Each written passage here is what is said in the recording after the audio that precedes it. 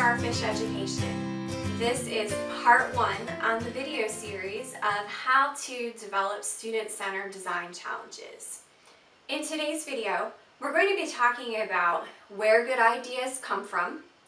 We're going to talk about developing criteria for selecting an idea, and basically just where to start when you start thinking about planning a design challenge. First, let's talk about why should you do a design challenge with students to begin with.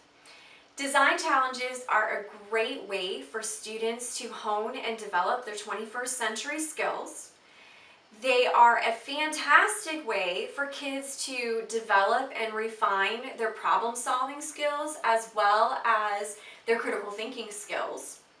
Design challenges usually allow kids to experiment with the engineering design process, and let's face it, that's the fun part. We don't want to leave the fun out. We want to be educational, but we don't want to leave the fun out. And the most important part about doing design challenges with students is that it allows kids to experience a real-world project. And that's really important for kids because then they see why this is important. So many times kids are asking you as the teacher, why do I need to learn this?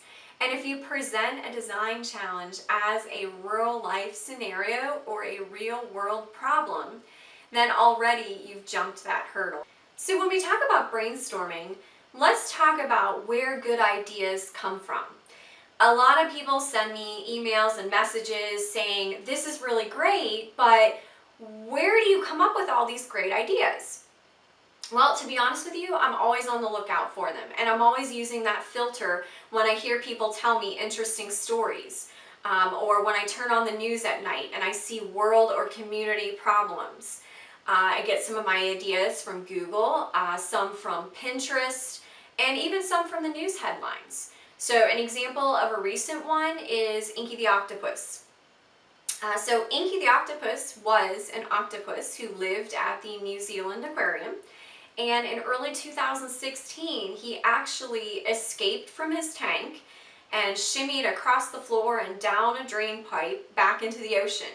So a really interesting and captivating story, and something that would be of high interest to students. So that is an example of how to find different ideas.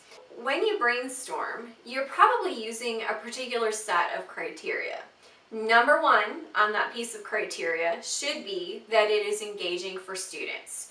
If you don't have student engagement, you're not going to get very far at all. Second would be to align your content to the standards that you have to teach. So be that Next Gen Science standards or Common Core State standards or whatever standards that your district requires that you teach. The third criteria in my book is something that's age appropriate. So you want kids to be able to solve an age appropriate problem.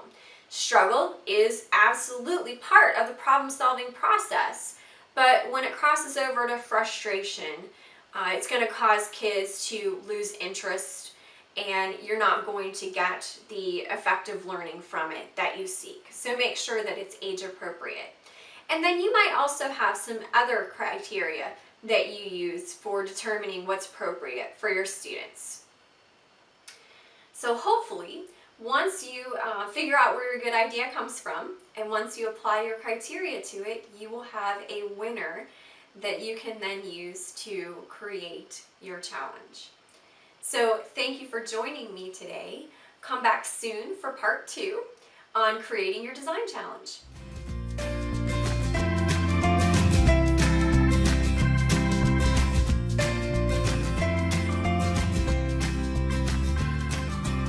For more STEM tips and resources, visit Starfish Education and sign up to stay connected.